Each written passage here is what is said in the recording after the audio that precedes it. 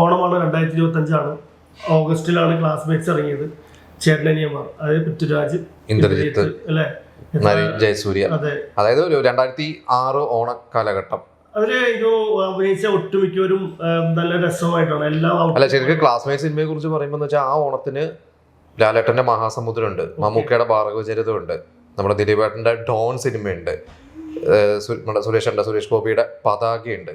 പിന്നെ ഇറങ്ങിയ സിനിമയായിരുന്നു ക്ലാസ്മേറ്റ്സ്. അതായത് ഈ 4 സൂപ്പർ താരങ്ങളുടെ ഒപ്പം ഇറങ്ങി ഓണം വിന്നർ മാത്രമല്ല കുറെ റെക്കോർഡുകൾ ഭേദിച്ച സിനിമയാണ് ക്ലാസ്മേറ്റ്സ്. സംശയം ചോദിച്ചോട്ടെ, ഈ ക്ലാസ്മേറ്റ്സ് ഇറങ്ങുന്ന സമയത്ത് അന്ന് പേപ്പറിലേക്ക് വന്നിട്ടുണ്ടായിരുന്നത് ഓണത്തിന് ടിവിയിൽ വരാൻ പോകുന്ന സിനിമയാണ് ക്ലാസ്മേറ്റ്സ് എന്ന ഒരു സംഭവം ഉണ്ടായിരുന്നു. അതെനിക്കറിയാം, ഓണത്തിന് ടിവിയിൽ വരാൻ പോവുകയാണ് ക്ലാസ്മേറ്റ്സ്. പക്ഷെ തിയേറ്ററിൽ ഇറങ്ങി കഴിഞ്ഞപ്പോൾ ഹിറ്റ് ആയി കഴിഞ്ഞപ്പോഴാണ് അതെനിക്കറിയില്ല. ഞാൻ ആ വാർത്തയെ കുറിച്ച് ഞാൻ കേട്ടിട്ടില്ല. ഞാൻ കേട്ടിട്ടുണ്ട് ക്ലാസ്മേറ്റ്സിനെ പറ്റി. ഞാൻ പെട്ടെന്ന് ഇപ്പൊ ആലോചിച്ച് പറഞ്ഞോ ക്ലാസ്മേറ്റ്സ് എനിക്ക് ഇന്നലെ ക്ലാസ്മേറ്റ്സ് കണ്ടു തോന്നുന്നു അല്ലേ.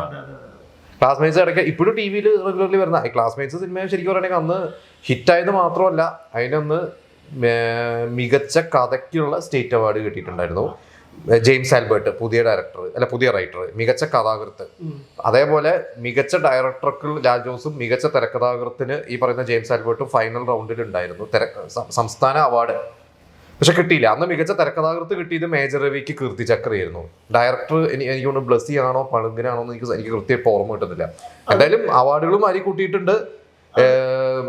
ഇതിനു ശേഷമാണ് ഈ ക്ലാസ്മേറ്റ്സ് കൂട്ടായ്മ, ഓർമ്മണ്ട, കൂട്ടായ്മകൾ തുടങ്ങിയത്. ഇന്നും ആ ഒരു കൂട്ടായ്മ അതിന് തുടക്കം കുറിച്ചത് ക്ലാസ്മേറ്റ്സ്. അതിൽ ഒരുപാട് കാര്യങ്ങൾ റിയൽ ആയിട്ട് നടന്ന സംഭവം, അത് ഇതൊന്നുമല്ല, കുറച്ച് കാര്യങ്ങൾ നടന്ന രീതിയിൽ ഉണ്ടായിരുന്നു. അങ്ങനെ ഒരു കാര്യങ്ങളൊക്കെ ഉണ്ടായിരുന്നു. ക്ലാസ്മേറ്റ്സ് ആർക്കും മറക്കാൻ പറ്റാത്ത ഒരു സംഭവമായിട്ട് സിനിമയായിട്ട് തന്നെ ഭയങ്കരമായിട്ട് പ്രേക്ഷകരുടെ ഇടയിൽ അതാണ്. ഇപ്പൊ ക്ലാസ്മേറ്റ്സിനെ കുറിച്ച് ഇപ്പൊ ലാൽ ജോസൊക്കെ ഒരുപാട് ഇന്റർവ്യൂസിലൊക്കെ പറഞ്ഞിട്ടുണ്ട്. ചിലപ്പോൾ കുറെ പേർക്ക് അറിയുന്നുണ്ടാവും. എങ്കിലും ഇന്നിപ്പോ നമ്മളത് എവിടെ പറഞ്ഞപ്പോ ആ 2 പിള്ളേർക്ക് അറിയാത്തൊരു കാര്യമായിരുന്നു. മറ്റേ കുഞ്ചാക്കോവൻ റിജക്ട് ചെയ്ത റോളാണ് നരേന്നുള്ള. കാരണം അന്ന് ചിലപ്പോൾ ചെറിയ കുട്ടികളായിരുന്നവർക്കൊന്നും അത് വലിയ പിടിയില്ലാത്ത കാര്യങ്ങളായിരിക്കും അത്. അപ്പൊ ഈ ക്ലാസ്മേറ്റ്സിനെ കുറിച്ച് ശരിക്കും ലാൽ ജോസിന് നിന്ന് ഇത്തിരി ക്ഷീണത്തിൽ നിൽക്കുന്ന സമയം, അതായത് ശരിക്ക് ചാന്തുപൊട്ട് കഴിഞ്ഞ് അച്ഛനുറങ്ങാത്ത വീടും കഴിഞ്ഞിട്ടാണ് ഈ പറയുന്ന ക്ലാസ്മേറ്റ്സ് റിലീസ് ആവുന്നത്. എൻ്റെ ഓർമ്മ ശരിയാണെങ്കിൽ അന്ന് ജെയിംസ് ആൽബർട്ട് എന്ന് പറഞ്ഞ റൈറ്റർ, ഇയാളും മറ്റേ ലാൽ ജോസ് എന്ന് പട്ടാളവും രസികരും ഫ്ലോപ്പായി നിന്നിട്ട് എറണാകുളത്തോടെ സുഹൃത്തിന്റെ ഫ്ലാറ്റിൽ നിന്ന് ഇത്തിരി ഡെസ്പ് അടിച്ചിരിക്കുന്ന സമയമാണ്. അടുത്ത് എന്ത് ചെയ്യണം? അപ്പോൾ ചാന്തുപൊട്ടിൻ്റെയും അച്ഛനുറങ്ങാത്ത വീടിൻ്റെ ചർച്ചകൾ നടക്കുന്നുണ്ട്. ആ സമയത്ത് ജെയിംസ് ആൽബർട്ട് കഥ പറയാൻ വേണ്ടി നടൻ സാദിഖാണ് ലാൽ ജോസിനെ അടുത്ത് വിടുന്നത്. ലാൽ ജോസ് വെച്ച് കഥ കേട്ട് 10 മിനിറ്റ് കേട്ടിട്ട് കൊള്ളൂല എന്ന് പറഞ്ഞു വിടാന്ന്. പക്ഷെ കഥ കേട്ട് തുടങ്ങി 2.5 മണിക്കൂർ ലാൽ ജോസ് ട്രിപ്പിൽ കഥ കേട്ടിട്ട് ഇത് ചെയ്യാമെന്ന് പറഞ്ഞു. എന്നിട്ട് അച്ഛനുറങ്ങാത്ത വീടിന്റെ ഷൂട്ടിന്റെ സമയത്താണ് പൃഥ്വിരാജിനോടും ഇന്ദ്രജിത്തിനോടും കഥ പറയുന്നത്. അവർ രണ്ടുപേരും സെറ്റ്. പിന്നെ കുഞ്ചാക്കോ ബോബനോടും ജയസൂര്യയോടും കഥ പറഞ്ഞു. രണ്ടുപേർക്കും ഓക്കെ. പക്ഷെ അന്ന് ഇവർ പ്ലാൻ ചെയ്തിരുന്നത് മറ്റേ ബാംഗ്ലൂർ ബേസ് ചെയ്തിട്ടായിരുന്നു. ബാംഗ്ലൂർ ക്രൈസ്റ്റ് കോളേജിൽ ഷൂട്ട് ചെയ്യാനായിരുന്നു. അവന്റെ ഡിസ്ട്രിബ്യൂഷൻ ലാലാണ്, പ്രൊഡ്യൂസർ മറ്റേ ഒരു ഹസ്ബൻഡും വൈഫുണ്ട്, ശാന്ത മുരളീധരൻ, അവരെ പ്രൊഡക്ഷൻ, ഈ രാജരവിയാണ് ക്യാമറ. അന്ന് ഇത് ബാംഗ്ലൂർ ബേസ് ചെയ്തിട്ട് ഇവരെല്ലാം ഷൂട്ട് ചെയ്ത് പ്ലാനിങ് നിൽക്കുന്ന സമയത്താണ് ലാലാണോ സിദ്ദിഖാണോ അന്ന് സിദ്ദിഖ് സ്ക്രിപ്റ്റ് കേൾക്കൂല. പലവരും സിദ്ദിഖിൻ്റെ അടുത്ത് പോകുമ്പോൾ കഥ കേട്ടിട്ട് കഥ എല്ലാം ഉഗ്രനാണ്, പക്ഷെ ഇത് നമുക്ക് പരിചിതമല്ലാത്തൊരിതാണ് ബാംഗ്ലൂര്, നിങ്ങൾക്ക് എന്തുകൊണ്ട് നമ്മുടെ നാട്ടിൽ ഇതാക്കിയെന്ന് പറഞ്ഞിട്ട് ഇവർ പിന്നെ സ്ക്രിപ്റ്റ് 2 മാസം റീവർക്ക് ചെയ്ത് ഷൂട്ട് കുറച്ച് തള്ളിയിട്ട് വീണ്ടും സ്ക്രിപ്റ്റ് റീവർക്ക് ചെയ്തിട്ടാണ് ഈ പറഞ്ഞ പോലെ നാട്ടുമ്പുറമല്ല ഇവിടുത്തെ പൊളിറ്റിക്സും കാര്യങ്ങളൊക്കെ കൊണ്ടുവന്നത്. ആ സമയത്താണ് കുഞ്ചാക്കോന്റെ ഡേറ്റ് ക്ലാഷ് ആയി. കുഞ്ചാക്കോന് എന്തൊരു വിദേശ ട്രിപ്പ് വന്ന കാരണമാണ് കുഞ്ചാക്കോ മാറിയത്. അല്ല, അത് നരേനൊന്ന് പുതുമുഖ ശരിക്കും പറഞ്ഞാൽ 2 പേരുണ്ട്. നരേൻ അച്ചുവിന്റെ അമ്മ കഴിഞ്ഞ ശേഷം ആണ് ഈ സിനിമയിലേക്ക് വരുന്നത്. അച്ചുവിന്റെ അമ്മ കഴിഞ്ഞിട്ട് പിന്നെ തമിഴിൽ പോയി ചിത്തരം പേശുതടി എന്ന് പറഞ്ഞ സിനിമയൊക്കെ ഹിറ്റായി നിൽക്കുകയാണ്. അതാണ് ലാൽ ജോസ് തമാശ രൂപേണ പറഞ്ഞത്. ആ സിനിമ ചെയ്യുമ്പോൾ നരേനൊന്ന് പുതുമുഖമാണ്. 2-3 സിനിമ കഴിഞ്ഞിട്ടുള്ളൂ. പക്ഷെ നരേനാണ് അന്ന് സക്സസ് ഹീറോ. ഇവർക്ക് സക്സസ്ഫുൾ ഹീറോ ആയിട്ട് നിൽക്കുന്ന നരേന. അച്ഛൻ്റെ അമ്മയുടെ തമിഴിൽ ഹിറ്റ് ഉണ്ട്. ഇവിടെ പൃഥ്വിരാജിന് ഇന്ദ്രജിത്തും ജയസൂര്യക്ക് ഇത്തിരി ക്ഷീണമായിട്ട് നിൽക്കുന്ന ഒരു സമയമാണ്. ആ സമയത്താണ് നരേനെ കൊണ്ടുവരണതും. അതായത് സത്യനന്ദിക്കാടിനെ വിളിച്ചു എങ്ങനെ ഉണ്ടെന്ന് ചോദിച്ചു. നരേനെ സത്യനന്ദിക്കാടും കൺവിൻസ് ചെയ്യിപ്പിച്ചു. അതായത് 4 ഹീറോസിൽ ഒരാൾ റോള് ചെയ്യണം എന്ന് പറഞ്ഞിട്ട്. പക്ഷെ അത് എവിടെ എത്തിയെന്ന് പറഞ്ഞാൽ ആ സിനിമ കഴിഞ്ഞിട്ട് നരേൻ ഭയങ്കരമായിട്ട് ചേഞ്ച് ചെയ്ത് നമ്മൾ ആ പാട്ടിൽ തന്നെയാണെങ്കിലും ഇത്രയും ലിപ്പ് അതങ്ങനെ ഒരു സംസാരം ഉണ്ടായിരുന്നു. ലിപ്പ് കറക്റ്റ് ആയിട്ടുള്ള ഒരു പാട്ട് വിനീത് ശ്രീനിവാസ് പാടിയത്. അതായത് എനിക്കൊന്ന് ആ സിനിമയ്ക്ക് മുമ്പ് നിഴൽക്കുത്താണ് നരേന്റെ ആദ്യത്തെ പടം. പിന്നെ ഫോർ ദ പീപ്പിൾ, അച്ഛൻ്റെ അമ്മ, ഇതിലൊക്കെ നരേൻ മീശ ഇല്ലാതെയാണ്. ഈ സിനിമയിലാണ് ശരിക്കും മീശ വെച്ചിട്ട് നരേൻ അഭിനയിക്കുന്നത്. അതിന് മുമ്പ് എനിക്ക് തോന്നുന്നു മറ്റേ അച്ഛൻ്റെ അമ്മയായിട്ട് ശീലാവതി എന്ന് പറഞ്ഞിട്ടൊരു ഓഫ് ബീറ്റ് സിനിമ ചെയ്തു. പക്ഷെ അത് റിലീസ് ചെയ്തോ അതെന്തായാലും ആരും കണ്ടില്ല. ക്ലാസ്മേറ്റ്സ് ഇപ്പോഴും ഫസ്റ്റ് ഡേ കാണാൻ മുമ്പ് എനിക്ക് ഓർമ്മയുണ്ട് ആ സ്ക്രീനിലെ നരേനെ ആ ഗിറ്റാർ പിടിച്ചിട്ട് കാണിക്കുമ്പോൾ ഇത് ഏതാ നടന്ന് നോക്കുമ്പോൾ അപ്പുറത്ത് പിള്ളേർ ഉണ്ട് ഇത് സുനിൽ അച്ഛൻ്റെ അമ്മയിലെ എന്ന് പറഞ്ഞാൽ ആരും പ്രതീക്ഷിക്കില്ലല്ലോ നരേൻ ആ ഒരു ലുക്കിൽ വരുന്നത്.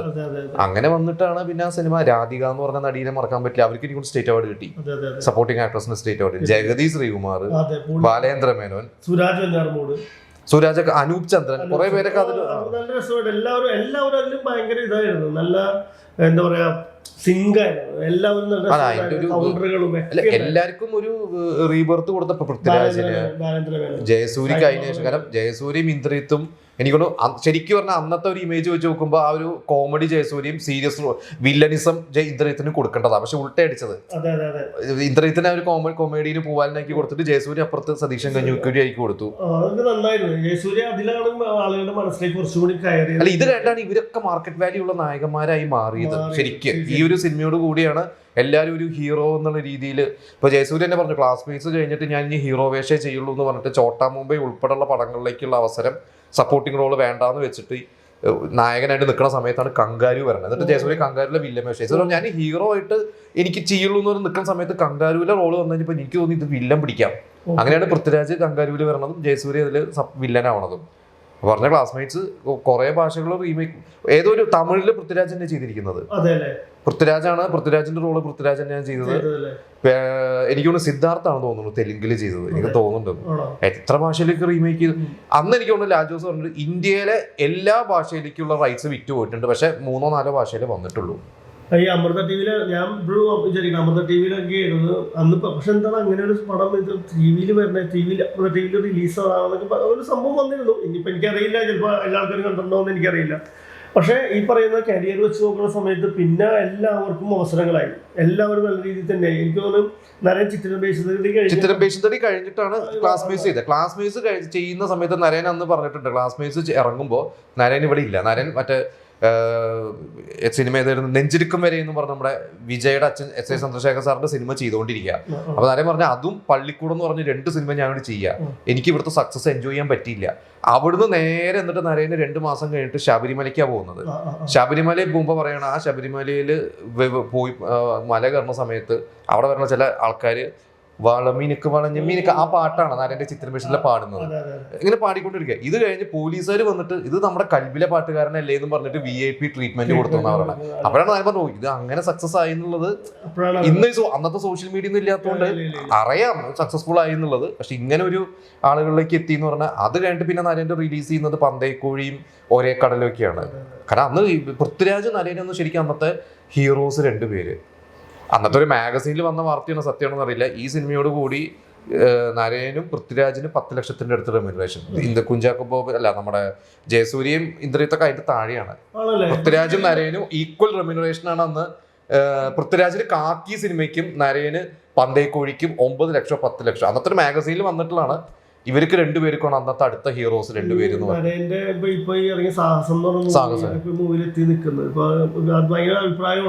എനിക്ക് സത്യം കാണാൻ പറ്റിയില്ല, മിസ് ചെയ്തില്ലേ അന്ന്. എനിക്ക് പറ്റിയില്ല കാണണം.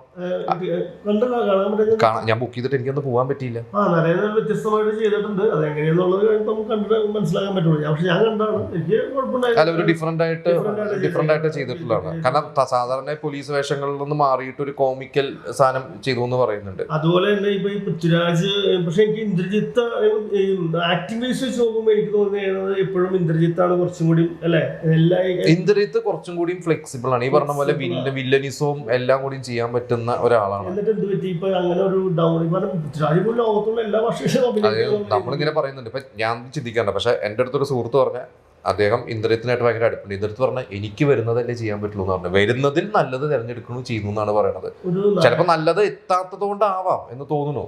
നായകനായിട്ട് പുള്ളിക്ക് ഒരു ഹിറ്റ് അങ്ങനെ നായകനാ ശരിക്കും പുള്ളിക്ക് സോളോ ഹിറ്റ് എനിക്ക് നായകനായിട്ട് ഇല്ല, അധികം ഇല്ല.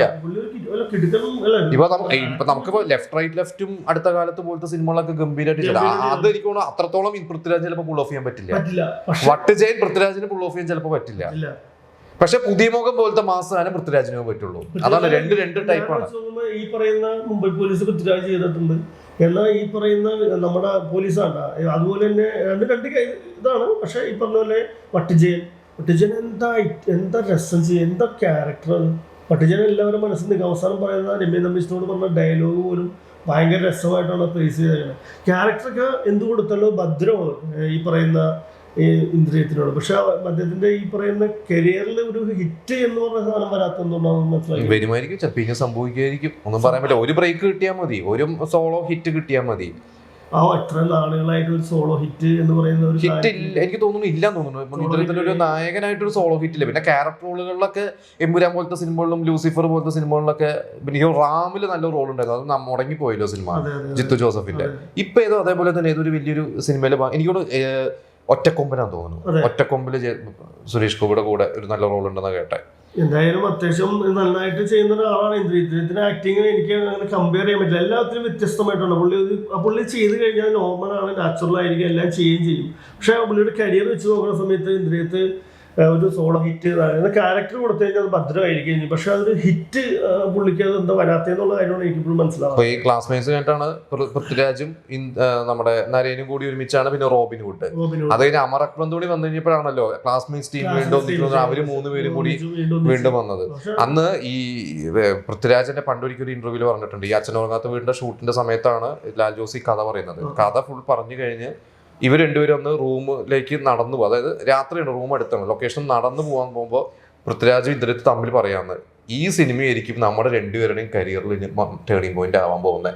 അവർക്ക് അന്നേ മനസ്സിലായി.